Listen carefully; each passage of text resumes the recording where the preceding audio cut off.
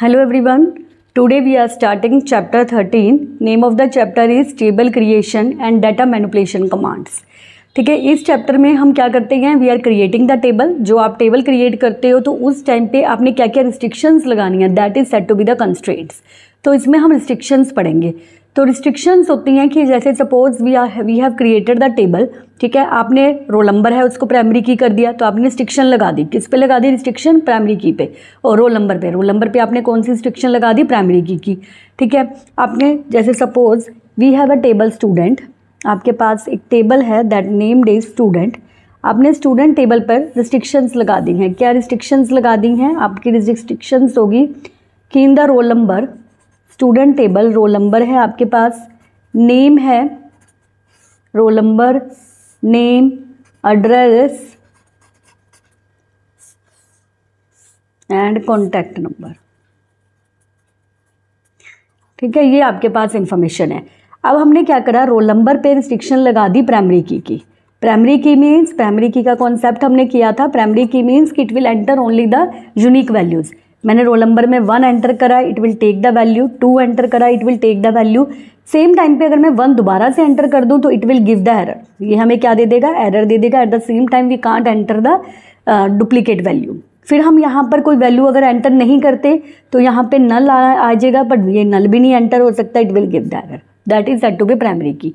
Means हमने constraints लगाई हैं. कंस्ट्रेंट्स का मीनिंग ये होता है कि जैसे आप जीमेल पे जब आप साइन अप करते हो तो जीमेल पे जब आप साइन अप करते हो तो आपने यूज़र नेम दिया, फिर आप पासवर्ड देते हो. अब जब आपने पासवर्ड दिया उस पर तो वो रिस्ट्रिक्शंस आती हैं कि जो आपका पासवर्ड है तो पासवर्ड में वो रिस्ट्रिक्शंस देता है कि it must be in upper case letter, it must contain any special symbol, it must contain digits. तो हमारे पास कुछ रिस्ट्रिक्शंस होगी कि हमें कैसे वो पासवर्ड क्रिएट करना है. Same is in the case of table. Table आप विदाउट रिस्ट्रिक्शंस के भी क्रिएट कर सकते हो, जो हमने चैप्टर 12 में किया था. बट इस चैप्टर में हम विद रिस्ट्रिक्शंस करेंगे. रिस्ट्रिक्शंस मीन्स कि हमने कुछ उस पर रूल्स लगा दिए हैं, उसी रूल्स को फॉलो करके हम चलेंगे. कि जैसे रोल नंबर को हमने प्राइमरी की कर दिया है. नेम पे हमने क्या कंस्ट्रेंट लगा दिया? यूनिक. नेम पे हमने यूनिक लगा दिया, या फिर नेम पे नहीं हम लगाते क्योंकि नेम तो जो है वो डुप्लीकेट हो सकता है ना, तो नेम पे हम नहीं लगाते इसको. हम एक नया कॉलम क्रिएट करते हैं एडमिशन नंबर के नाम से, एडमिशन नंबर. तो इसको हम क्या कर देते हैं? यूनिक. एडमिशन नंबर को यूनिक करने से क्या होगा? यूनिक मीन्स कि आपने इसमें 101 एंटर करा वो करेक्ट है, 102 एंटर करा वो करेक्ट है. और अगर आपको इसमें नल वैल्यू देनी है तो आप इसमें नल वैल्यू दे सकते हो. बट अगर मैं इसमें 101 ही दोबारा एंटर कर दूं तो it will give the error. ठीक है, यूनिक मीन्स कि वैल्यू जो है वो डुप्लीकेट नहीं हो सकती. जैसे नेम से ही पता चल रहा है unique means the value must be unique. तो वैल्यू आपकी यूनिक होनी चाहिए. It does not contain the same value but it can contain null value. अगर आपको एडमिशन नंबर नहीं किसी चीज़ का पता, किसी स्टूडेंट का आपको एडमिशन नंबर नहीं पता, तो आप उसको लेफ्ट रहने देंगे, उस पर नहीं कोई एंट्री करेंगे. It will consider it as a null. तो ये इसमें अलाउड है. ठीक है, एडमिशन नंबर में. सेकेंड आ जाता है नेक्स्ट हमारे पास कौन सी रिस्ट्रिक्शन हो सकती है. First restriction we have done the primary key. Second restriction is unique. Third restriction suppose we have applied on the name table column. Name column पे हमने थर्ड रिस्ट्रिक्शन लगा दी. किस चीज़ की रिस्ट्रिक्शन लगा दी? कि it should not be null, not null. ये restriction लगा दी. नॉट नल मीन्स कि कॉलम आप ब्लैंक नहीं छोड़ सकते. मीन्स जैसे मैंने नेम ABC एंटर करा, ये वैलिड है. मैंने XYZ एंटर करा, ये वैलिड है.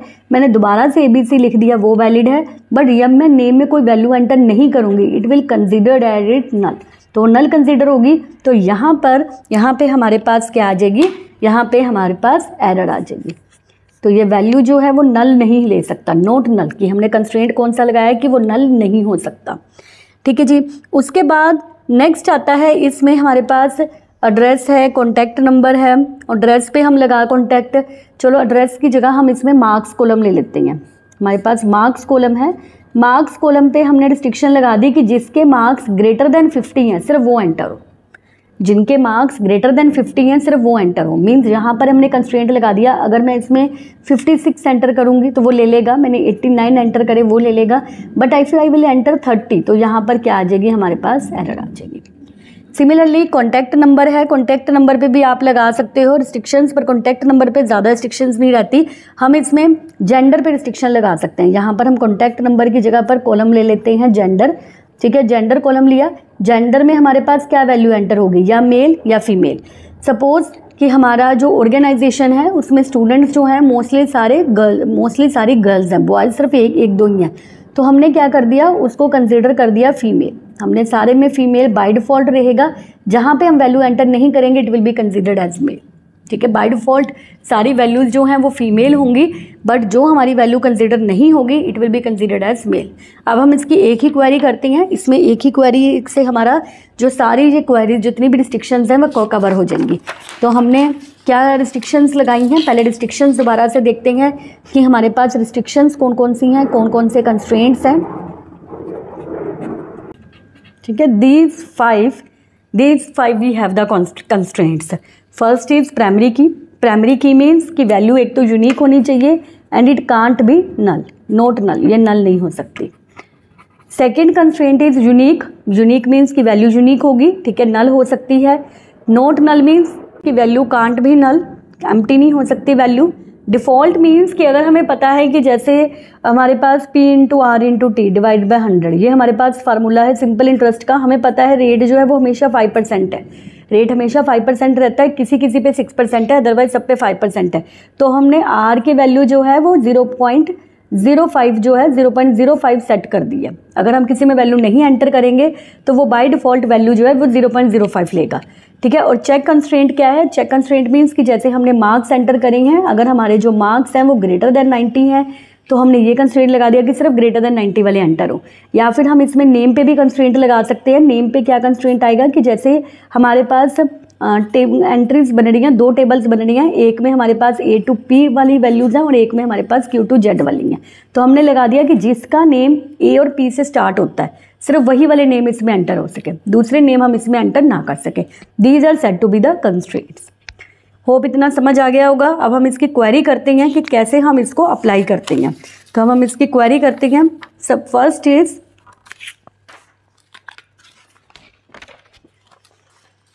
First constraint is applying the roll number. अब जितने भी कंस्ट्रेंट्स हैं ये सब किस पे लगेंगे? ये सारे कंस्ट्रेंट्स जितने भी हैं ये सारे उस पे लगेंगे जब हम टेबल क्रिएट करेंगे। ठीक है, टेबल क्रिएशन के टाइम पे हम सारे कंस्ट्रेंट्स को अप्लाई करते हैं। तो हम क्या लिखेंगे? Create table, create table, the name of the table is student. Create table, the name of the table is student, जो हम फर्स्ट वैसे ही लिखते आ रहे हैं बिल्कुल वैसे ही है। Then we have the column name roll number. फिर उसके बाद हम इसकी डेटा टाइप लिखेंगे। हमने डेटा टाइप दे दी इंटीजर और फिर हमने मेंशन कर दिया कि इट इज़ प्राइमरी की। ठीक है, स्पेस के साथ आएगा कि हमने इसमें मेंशन कर दिया है कि ये हमारी क्या है, प्राइमरी की है। उसके बाद सेकंड हमने लिया है नेम, नेम कॉलम, नेम की डाटा टाइप मेंशन करी। नेम की डाटा टाइप हमने सपोज कैर दी है। जब ही डाटा टाइप मेंशन हो जाएगी after that we will write the constraint, जो भी कंस्ट्रेंट आपको अप्लाई करना है। हमने कौन सा इस पे अप्लाई करा? नेम पे, नोट नल। तो वी हैव रिटन नोट नल। फिर उसके बाद आ गया हमारा एडमिशन नंबर का कर लेते हैं पहले कॉलम। तो हमने लिखा एडमिशन नंबर, एडमिशन नंबर, यहाँ पे अंडरस्कोर आ जाएगा, डॉट नहीं आएगा क्योंकि हमने आइडेंटिफायर्स पढ़े थे। आइडेंटिफायर्स में स्पेशल कैरेक्टर्स अलाउड नहीं होते। तो admission number, then it will be in integer और इसकी जो हमने कंस्ट्रेंट दिया है दैट इज़ यूनिक। होप ये इतना समझ आ गया कि रोल नंबर पे हमने इंटीजर उसकी डाटा टाइप दी, उस पर कंस्ट्रेंट लगा दिया प्राइमरी की का। नेम की हमने डाटा टाइप दी कैट 10, उस पर कंस्ट्रेंट लगा दिया नोट नल। और एडमिशन नंबर पे हमने दी इंटीजर और उस पर कंस्ट्रेंट लगा दिया यूनिक। इतना हो गया। अब हमारे पास दो कंस्ट्रेंट्स रह गए, एक रह गया चेक वाला और दूसरा डिफ़ॉल्ट का। ठीक है, इसको कैसे हम अप्लाई करेंगे? जो चेक वाला कंस्ट्रेंट है उसको हम अप्लाई करते हैं पहले मार्क्स का। हमने लिखा marks, marks, then data type of the marks, suppose I am taking the float value. फिर आपको यहाँ चेक लिख के मेंशन करना है, चेक, कि जहाँ पर मार्क्स जो हैं वो आपके ग्रेटर देन 50 हैं वो हमें एंटर कराने हैं। चेक मार्क्स ग्रेटर देन 50, तो जिसके मार्क्स ग्रेटर देन 50 होंगे सिर्फ वो एंट्री होगी, इक्वल वाले भी नहीं आ सकते। अगर मैं यहाँ 50 एंटर करूँगी then it will give the error. ठीक है, क्योंकि ग्रेटर देन 50 लिखा है हमने, तो इसमें सिर्फ 50 वाले मार्क्स ही आ सकते हैं, 50 से अबव वाले आ सकते हैं, 50 से लेस नहीं आएंगे। इतना हो गया। फिर हम इसमें कोमा लगा देंगे। फिर उसके बाद आ गया डिफ़ॉल्ट का।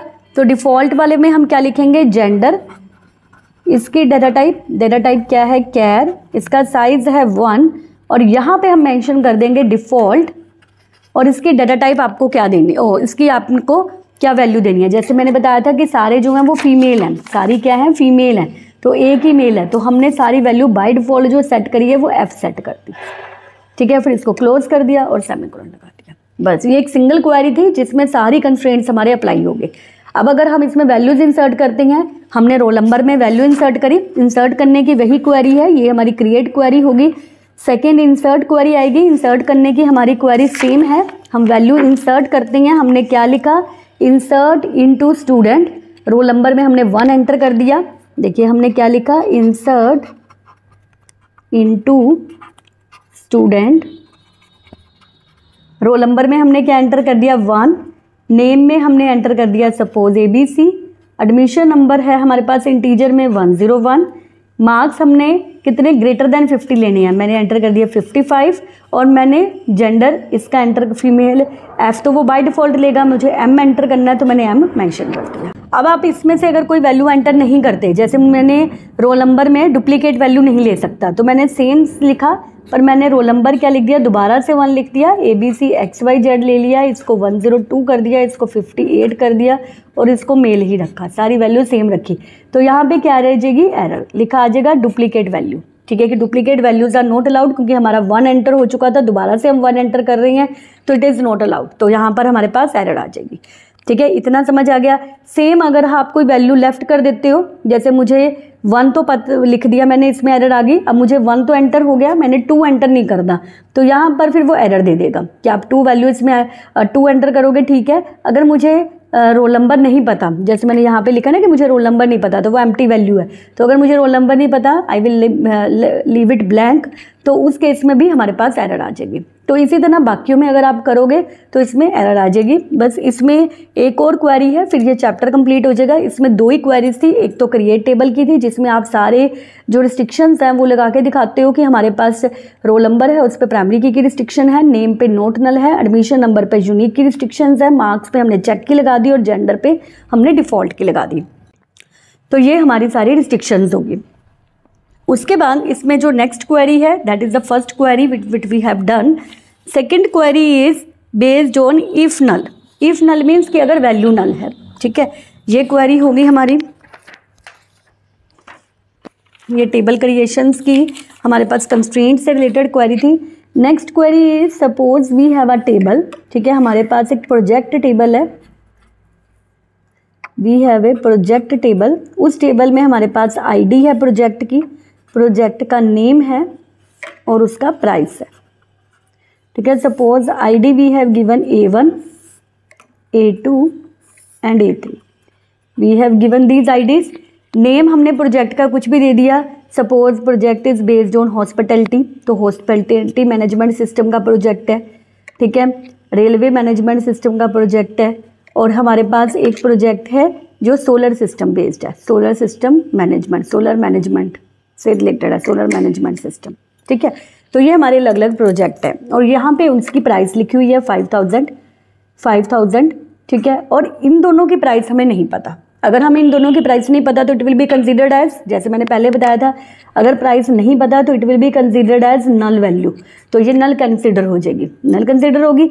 अब हमें वैल्यू पता चल गई है कि इसकी 3000 है, इसकी 7000 है, अब हमें पता चल गया। अब हम एक एक में अपडेट नहीं करना चाहते, क्योंकि ये तो डमी टेबल है, डमी टेबल में तो मैंने सिर्फ 2 कॉलम्स को ब्लैंक करा है। अगर सपोज मेरे पास 50,000 एंट्रीज है, ठीक है, मेरे पास 50,000 एंट्रीज है, और उसमें से 30,000 एंट्रीज जो हैं वो नल हैं, जिसकी वैल्यूज़ मुझे नहीं पता।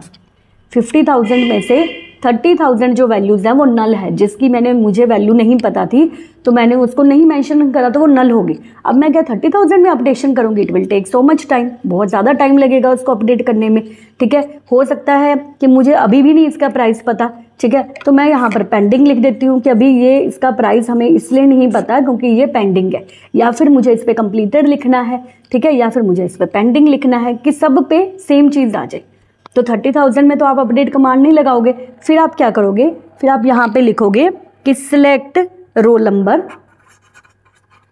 और सिलेक्ट प्राइस, प्राइस को सिलेक्ट करो इफ़ नल, कि अगर वो नल है, इफ़ नल, अगर जो वैल्यू है वो नल है, इफ़ नल, अगर वैल्यू नल है तो आप क्या लिखोगे, price coma pending.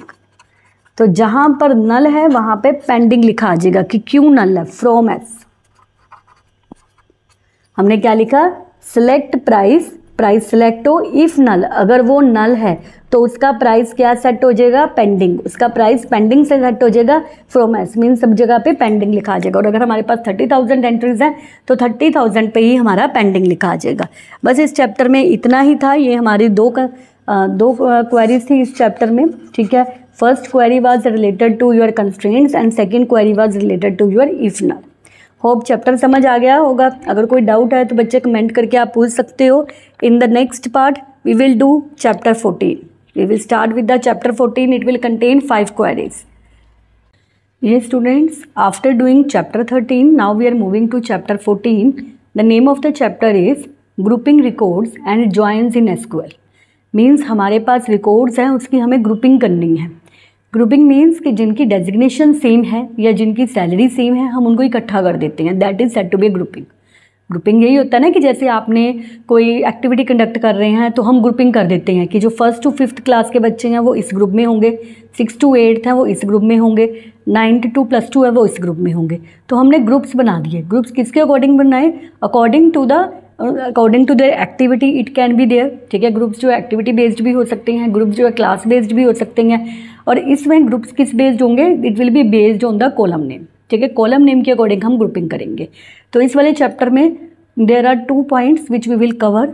First is grouping records, एक ये वाला पार्ट कवर होगा, and second is joins.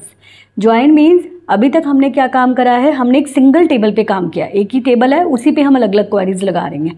But joins में क्या होता है कि हमारे पास मोर देन 2 टेबल्स है या फिर 2 टेबल्स हैं, 2 या फिर मोर देन 2 टेबल्स हैं, we are joining them, that is said to be a joins table, joins queries, ठीक है। तो अब हम सबसे फर्स्ट ग्रुपिंग रिकॉर्ड्स वाला स्टार्ट करते हैं। ग्रुपिंग रिकॉर्ड्स, तो ग्रुपिंग रिकॉर्ड्स में क्या आएगा हमारे पास, grouping records means this will be particularly used if there is written each. अगर यहाँ पर ईच वर्ड लिखा है, ये पता कैसे चलता है कि हमें ग्रुपिंग की क्वेरी लगानी है, ईच लिखा है या फिर वर्ड वाइज यूज़ हो गया है। जैसे उसने कहा है कि डेजिग्नेशन कैलकुलेट करो, ठीक है, ये मोस्टली काउंट या सम में यूज़ होगी। जो ग्रुपिंग है वो आपकी मोस्टली काउंट करने के लिए यूज़ होगी वैल्यूज़ को, या फिर उनका सम करने के लिए यूज़ होगी। ये 2 चीज़ों पे अप्लाई होगी। तो हमें क्या करना है, वैल्यूज़ को काउंट करना है या फिर वैल्यूज़ का सम करना है based on any one column, ठीक है, based on any one column, and that column will be कि जैसे हमने डेजिग्नेशन लिखा है तो हम लिख देंगे ई डेजिग्नेशन वाइज, कि हमें वैल्यूज़ काउंट हो designation wise, values each count should be there based on designation, ठीक है। तो जब ईच वर्ड हो गया क्वेश्चन में या वाइज वर्ड यूज हो गया क्वेश्चन में तो हमें ग्रुपिंग क्वेरी लगानी है। तो ग्रुपिंग क्वेरी में क्या है कि जैसे हमें क्या बोला है कि हमें काउंट करना है डेजिग्नेशन वाइज। तो डेजिग्नेशन वाइज हमें वैल्यूज़ काउंट करनी है। अब डेजिग्नेशन वाइज कौन सी वैल्यूज़ हैं, एनालिस्ट कितनी बार आ रहा है 2 times, क्लर्क कितनी बार आ रहा है 2 times, मैनेजर कितनी बार आ रहा है 1 बार, ठीक है। अभी तक जो हम करते थे, हमने क्या करते थे, हम लिखते थे, अभी तक जो हमने चैप्टर 12 में किया है हम क्या लिखते थे, we are writing select count star from table name suppose E, ठीक है। सपोज इस वाले टेबल का जो नेम है वो हमारे पास ई है, तो सिलेक्ट काउंट स्टार फ्रॉम ई, मतलब काउंट स्टार मतलब ये पूरी की पूरी रोज को काउंट करे किस टेबल की, ई की। तो 1 2 3 4 5 रोज हैज़ बिन काउंटेड, तो इसका आंसर हमारे पास 5 आ गया। बट अगर हम लिख देते हैं सिलेक्ट काउंट और यहाँ पे हमने लिख दिया डेजिग्नेशन, हमने कॉलम नेम मेंशन कर दिया, ठीक है, एंड देन फ्रॉम ई लिखा है, then also it will give the same answer because no null value is there, so answer will be 5 only, 5 आ गया। काउंट स्टार में भी हमारे पास 5 आया है, काउंट डेजिग्नेशन में भी हमारे पास 5 आया है, ठीक है। बट अभी तक तो हमने ये किया था। अब नेक्स्ट ये पार्ट आ गया कि हमें सिर्फ वैल्यूज़ को काउंट नहीं करना, हमें उसे अलग अलग काउंट करना है कि अगर डेजिग्नेशन एनालिस्ट है तो एनालिस्ट की जॉब वाले कितने लोग हैं, क्लर्क की जॉब वाले कितने लोग हैं, मैनेजर कितने हैं, ठीक। तो हमें हर एक को ईच कैटेगरी ऑफ, ठीक है, ईच कैटेगरी ऑफ डेजिग्नेशन, हर एक चीज़ को काउंट करना है। इसी तरह उसको वाइज को डेजिग्नेशन वाइज काउंट करना है। तो उस केस में हम क्या लिखते हैं, ग्रुप बाय क्वेरी। तो कैसे लिखी जाएगी, वी विल राइट सिलेक्ट, क्या लिखेंगे, this is the query of this chapter, ठीक है, क्या लिखेंगे हम, सिलेक्ट, किसको काउंट करना है, किसे काउंट करना है हमें, डेजिग्नेशन को, सिलेक्ट डेजिग्नेशन, कोमा, क्या करना है, उसको काउंट करना है, उसकी सारी वैल्यूज को, count star from E, group by, किसके अकॉर्डिंग ग्रुपिंग होनी चाहिए, डेजिग्नेशन के अकॉर्डिंग। बहुत इजी क्वेरी है and it always comes in paper in 1 mark, 1 mark में आती ही आती है। ग्रुप बाय क्वेरी आएगी, एक हैविंग आएगी, 2 मार्क्स तो इसी से पक्के हो जाते हैं कि ये आती ही आती है क्वेरी पेपर में। इसमें हमने क्या लिखा, सिलेक्ट डेजिग्नेशन, हमें क्या काउंट करना है, डेजिग्नेशन की हर एक वैल्यू को। आंसर क्या आएगा हमारे पास, आंसर आएगा कि हमारे पास जो एनालिस्ट हैं, आंसर क्या आएगा कि जो हमारे पास एनालिस्ट हैं वो कितने हैं, एनालिस्ट कितने हैं, क्लर्क है तो वो कितने हैं, मैनेजर हैं तो वो कितने हैं। हमने लिखा analyst is 2, clerk is 2, manager is 1, तो ये आंसर आएगा। तो हमने क्या लिखा, सिलेक्ट, ये क्या है, डेजिग्नेशन, काउंट स्टार, क्या काउंट हो रही है, उसकी values, from table name E, group by, किसके अकॉर्डिंग ग्रुपिंग करिए, डेजिग्नेशन के अकॉर्डिंग। तो ये हमारी आउटपुट आ गई इसकी, हमारे पास आउटपुट क्या आ रही है, डेजिग्नेशन, ये आउटपुट आ रही है और ये उसका काउंट आ रहा है, काउंट स्टार। होप समझ आ गया होगा कि select designation, count star from E, group by, उसके डेजिग्नेशन के अकॉर्डिंग। अब इसी क्वेरी को थोड़ा सा एनहेंस करते हैं कि हमने क्या करना है, सम करना है। हमने क्या करना है, सम करना है कि जो एनालिस्ट की सैलरी है उसका अलग से सम आ जाए, एनालिस्ट की सैलरी का अलग से सम आ जाए, मीन्स हमारे पास आंसर आए कि एनालिस्ट की जो सैलरीज हैं उसका सम आ जाए, एनालिस्ट की सैलरी का सम ऑफ सैलरी, ये हमारे पास हो गया डेजिग्नेशन।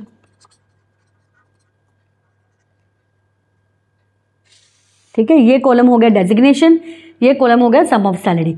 डेजिग्नेशन की जो डेजिग्नेशन एनालिस्ट है उनकी सैलरी का सम हो, तो डेजिग्नेशन एनालिस्ट वाली 1000 है, ये वाली 2000 है, 10,000 सॉरी, एनालिस्ट की जो सैलरी है वो 10,000 है और इस वाले एनालिस्ट की 20,000 है, तो 10 + 20 कितना हो गया, 30,000। तो जो एनालिस्ट है उसकी वैल्यूज हमारे पास आ गई 30,000। मतलब अलग अलग उनका सम करना है, इकट्ठा सम नहीं करना। वो हमने पिछले चैप्टर में किया था कि we are doing the sum together. हम लिखते हैं select sum of salary from E, तो हमारे पास पूरे कॉलम का सम आ जाता है। बट यहाँ पे हमें पूरे कॉलम का सम नहीं चाहिए, हमें अलग अलग वैल्यू का चाहिए। तो हमने क्या लिखा, एनालिस्ट की सैलरी कितनी है, 30,000। नेक्स्ट आंसर क्या आना चाहिए कि जो क्लर्क है उसकी सैलरी कितनी है, क्लर्क की हमारे पास है 5,000 और यहाँ पे है 10,000, तो इसका आंसर आएगा हमारे पास 15,000। और फिर आ गया मैनेजर, मैनेजर की हमारे पास सैलरी कितनी है, मैनेजर की हमारे पास 30,000 है, मैनेजर अकेला ही है तो हमने इसको लिख दिया 30,000। ठीक है, ये आया हमारे पास आंसर। अब इसको करेंगे कैसे, बिल्कुल सेम रहेगा, बस जहाँ पर हमने काउंट स्टार यूज़ करा है वहाँ पे काउंट स्टार ना यूज़ करके क्या लिखा जाएगा, सम ऑफ सैलरी। बस सिर्फ ये डिफरेंस आएगा, बाकी सारी क्वेरी सेम रहेगी। सिलेक्ट डेजिग्नेशन, डेजिग्नेशन सिलेक्ट हुआ, सम ऑफ सैलरी सिलेक्ट हुई, फ्रॉम ई में से ग्रुप बाय, किसके अकॉर्डिंग ग्रुपिंग करी है, डेजिग्नेशन के अकॉर्डिंग। डेजिग्नेशन के अकॉर्डिंग एनालिस्ट की कितनी सैलरी है उसका सम हुआ, क्लर्क की कितनी सैलरीज हैं उसका सम हुआ और मैनेजर एक ही था तो उसकी सैलरी आ गई। ठीक है, होप ये समझ आ गई होगी ग्रुप बाय क्वेरी। अगर ग्रुप बाय क्वेरी समझ आ गई है तो उसके ऊपर जो सेकंड क्वेरी लगती है दैट इज हैविंग क्वेरी, तो ये बहुत इंपॉर्टेंट है। ग्रुप बाय क्वेरी होगी हमारी, तो second query is having query.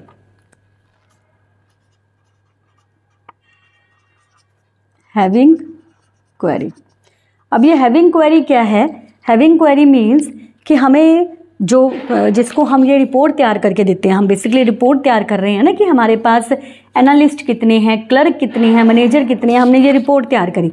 हमने लिख दिया कि हमारे पास जो एनालिस्ट है, जो हमने अभी प्रोग्राम अभी करा है, ठीक है, इसमें एनालिस्ट की वैल्यू हमारे पास 2y, क्लर्क हमारे पास कितने हैं, क्लर्क इसमें भी 2 हैं और मैनेजर कितना है, 1। ठीक है, ये तो डमी टेबल है जिसमें कम एंट्रीज है, इसमें सेल्समैन भी हो सकते हैं आपके, इसमें डॉक्टर्स भी हो सकते हैं। ठीक है, अलग अलग जो डिपार्टमेंट है उसकी वैल्यूज़ जो हैं वो हो सकती हैं, अलग अलग डेजिग्नेशंस के लोग जो हैं वो हो सकते हैं और रिपीट हो सकती हैं। कि जैसे सेल्समैन है वो 10 लोग हैं तो हमारे पास सेल्समैन के ही 10 लोग हैं, तो हमने लिख दिया सेल्समैन 10 है, ठीक है। ये तो डमी टेबल है तो इसमें मैंने इतनी एंट्रीज नहीं शो करी। सेल्समैन हमारे पास 10 हो गए, ठीक है। एक हमारे पास लेबर क्लास के वर्कर्स हैं, वर्कर्स हमारे पास कितने हैं, सपोज वर्कर्स हमारे पास 20 हैं, हमने वो लिख दिए। तो ये हमारे पास जो है ये आउटपुट आ गई काउंट स्टार वाले की, जो हमने अभी क्वेरी करी थी उसकी आउटपुट आ गई। अब हैविंग क्वेरी क्या है? हैविंग क्वेरी मीन्स कि जब हमारे पास ये रिजल्ट आया है तो हैविंग क्वेरी ग्रुप बाय के ऊपर लगती है। If you have clear the group by then only you will be able to apply the having query. तो हैविंग क्वेरी क्या है कि हमें पता है कि ये ग्रुप बाय है, हमें पता है कि ये ग्रुप बाय का आंसर है। तो अब क्या कहते हैं कि हमें वो वैल्यूज़ चाहिए जो ग्रेटर दैन 5 हो। हमें इसमें से सारी वैल्यूज़ नहीं चाहिए, हमें इसमें से सिर्फ ग्रेटर दैन 5 वाली चाहिए। तो हमारे पास जो आंसर है वो क्या आना चाहिए? ग्रेटर दैन 5 वाली चाहिए। तो ग्रेटर दैन 5 में कौन से आंसर आएगा? हमारे पास आ गया सेल्समैन जिसकी वैल्यू 10 है, हमारे पास वर्कर आ गया जिसकी वैल्यू कितनी है 20। तो हमें उसके ऊपर की वैल्यू चाहिए ग्रेटर दैन 5 वाले, या फिर हम ग्रेटर दैन लेस दैन 5 भी कह सकते हैं। और अगर हमने लेस दैन 5 कहा है तो हमारे पास कौन सी वैल्यू आ जाएगी? तो हमारे पास एनालिस्ट, क्लर्क और मैनेजर आ जाएंगे। मीन्स ग्रुपिंग होगी है हमारी, हमने अलग अलग कर दिए हैं लोग। अब हमने उस पर हैविंग क्वेरी लगाई है कि हमें सिर्फ वो वाले लोग चाहिए, उनका सिर्फ रिजल्ट चाहिए, उनका सिर्फ डाटा चाहिए जो ग्रेटर दैन इस क्वेरी से हो, जो इसका ग्रेटर दैन 5 है या ग्रेटर दैन 10 है या ग्रेटर दैन 20 है, कुछ भी हो सकता है। तो हमें उससे वैल्यू ग्रेटर चाहिए। तो हैविंग क्वेरी हमारी कैसे लिखी जाएगी? हैविंग क्वेरी के लिए हम लिखेंगे सेम रहेगी, जब आपकी ग्रुप बाय क्वेरी जहाँ तक खत्म हुई है ना उसके आगे लगेगी हैविंग क्वेरी, ग्रुप बाय के ऊपर लगेगी। हमने लिखा है select designation count star from E group by designation, ये तो आएगा ही आएगा, बस उसके आगे हैविंग लिखा जाएगा। तो हम क्या लिखेंगे इसमें? सिलेक्ट, हम लिखा select designation, select designation comma count star, ये सेम है, डेजिग्नेशन सेलेक्ट हो, काउंट स्टार सेलेक्ट हो, फ्रॉम ई, किस वाले टेबल से? ई से, ग्रुप बाय, जिसकी ग्रुपिंग क्या हो जाए? जिसकी ग्रुपिंग हो जाए डेजिग्नेशन की, ग्रुप बाय डेजिग्नेशन, ठीक है। इतना तो सेम है, ये तो वही आ गया रिजल्ट जो ये वाला था। अब इसमें से हमें ये निकालना है, तो अब हम लिखेंगे हैविंग, कि हैविंग जिसका कि काउंट स्टार क्या हो, having count star greater than 5, कि जिसका काउंट स्टार ग्रेटर दैन 5 है वो आंसर आए। तो फिर हमारे पास ये वाला आंसर आएगा। होप समझ आ गई होगी हैविंग क्वेरी, बहुत इजी थी हैविंग क्वेरी, ठीक है। तो अब इसके बाद हमें नेक्स्ट हमारे पास आती है, ठीक है, नेक्स्ट ज्वाइन करते हैं। ज्वाइंस किसे कहा जाता है? बहुत इजी है। ये students next topic is join. हमने ग्रुप बाय क्वेरी कर ली है, हैविंग क्वेरी कर ली है, ठीक है। अब जो नेक्स्ट क्वेरी आती है that is your join query. Join means कि वी वांट टू कंबाइन 2 और मोर टेबल्स, ठीक है। आपके पास 2 टेबल्स हैं, आप उनको कंबाइन करना चाहते हैं, तो कई तरह से कंबाइन किया जाता है टेबल्स को। तो टाइप ऑफ ज्वाइंस में हमारे पास यही आता है कि आप टेबल्स को कैसे ज्वाइन कर सकते हैं। In this we have first is Cartesian product. Cartesian product वही है जो हम मैथ में करते हैं, +1 +2 के मैथ में कार्टेशियन प्रोडक्ट आता है, बिल्कुल वही है। अभी हम इसको करके इसकी क्वेरी देखते हैं, एग्जाम्पल देखते हैं तो समझ आ जाएगा। Second is your equi join. Equi join के भी हम एग्जाम्पल करेंगे, वो हम तब करेंगे जब एक्सरसाइज पार्ट करेंगे, ठीक है, तो उससे वो कब क्लियर हो जाएगा। Third is inner join. Inner join जो टॉपिक है ये आपके सिलेबस में ज़्यादा यूज़ नहीं होता है। एक इनर ज्वाइन होता है, outer join is there, left join, right join, number of joins are there, ठीक है। तो आपके सिलेबस में जो है वो कार्टेशियन प्रोडक्ट, इक्वी ज्वाइन और नेचुरल ज्वाइन है। इनर ज्वाइन की आप फिर भी डेफिनेशन कर लेना क्योंकि आपकी बुक में मैंशनड है। तो इसमें ज्वाइन प्रेडिकेट वर्ड यूज होता है टू ज्वाइन द 2 टेबल्स। फिर उसके बाद आता है नेचुरल ज्वाइन। तो अभी हम फर्स्ट कार्टेशियन प्रोडक्ट करते हैं कि कार्टेशियन प्रोडक्ट जो है उसका क्या मीनिंग है। तो ये हमारे पास एग्जाम्पल है कार्टेशियन प्रोडक्ट की। इसमें हमने क्या लिखा है? Cartesian product is also known as unrestricted join. Unrestricted join means we are joining the values, we are joining the table without any restriction, ठीक है। हमने कोई रिस्ट्रिक्शन नहीं लगाई कि जो कॉलम्स हैं, जैसे सपोज हमारे पास एक नेम कॉलम है, एक आईडी कॉलम है, यहाँ पर भी सपोज आईडी कॉलम है, तो अगर आईडी नेम सेम लिखा हुआ है तो हमें वो वैल्यू रिपीट नहीं करनी, तो हमने कोई रिस्ट्रिक्शन नहीं लगाई, ठीक है। बट काफ़ी सारी रिस्ट्रिक्शंस आगे होती हैं, बट जो कार्टेशियन प्रोडक्ट है it works without any restriction. तो इसमें क्या रहता है कि आपका एम्प्लॉय टेबल है सपोज, उसमें नंबर ऑफ रोज कितनी है? 2 रोज है, तो N1 हमने लिखा नंबर ऑफ रोज 2, डिपार्टमेंट है इसमें हमारे पास नंबर ऑफ रोज़ कितनी है 2 है, N2 जिसकी वैल्यू 2 है। हमें पता है कि जो रोज़ होती हैं, ठीक है, जो रोज़ होती हैं वो आपकी जैसे यहाँ पर 2 है, तो रोज़ 2 क्यों है? क्योंकि जो हेडिंग रो होती है वो इंक्लूड नहीं होती। जैसे हमने कार्डिनलिटी करा था चैप्टर 11, तो उसमें हमने रीड किया था कि when we are counting the number of rows और when we are checking what is the value of cardinality, then there will be no heading row will not be included. तो इसमें heading row include नहीं हुई। We have the one value ABC, second is XYZ, N1 2 हो गया। Same हमारे पास department में आया, N2 की वैल्यू हमारे पास 2 आ गई। अब हमने कार्टेशियन प्रोडक्ट क्या कहता है? कार्टेशियन प्रोडक्ट मीन्स कि हमने क्या किया, देखो Cartesian product means combining both the tables. हमने टेबल कंबाइन करा, नेम लिख दिया, ID लिख दिया और इस कॉलम का DID और D नेम लिख दिया। अब इसमें वैल्यूज कैसे आएंगी? ABC 101, ABC 101 वो किसके साथ कंबाइंड होगा? फर्स्ट वैल्यू के साथ 56 CSC, 56 CSC। फिर ABC 101 ही कंबाइंड होगा किसके साथ? 57 IT के साथ। फिर सेम XYZ 102 है, ये किसके साथ कंबाइंड होगा? 56 CSC के साथ। और XYZ 102 है, ये किसके साथ कंबाइंड होगा? 557 IT के साथ। तो इस तरह से हमारे पास इस टेबल में कितनी नंबर ऑफ रोज आई, इसका फार्मूला है N1 multiplied by N2। N1 means number of rows of first table that is 2, number of rows of second table that is also 2, so 2 2 जा 4। सो जो न्यू टेबल क्रिएट होगा it will contain the 4 rows. Heading row include नहीं होगी तो हमारे पास total रोज कितनी बनी? 1 2 3 4।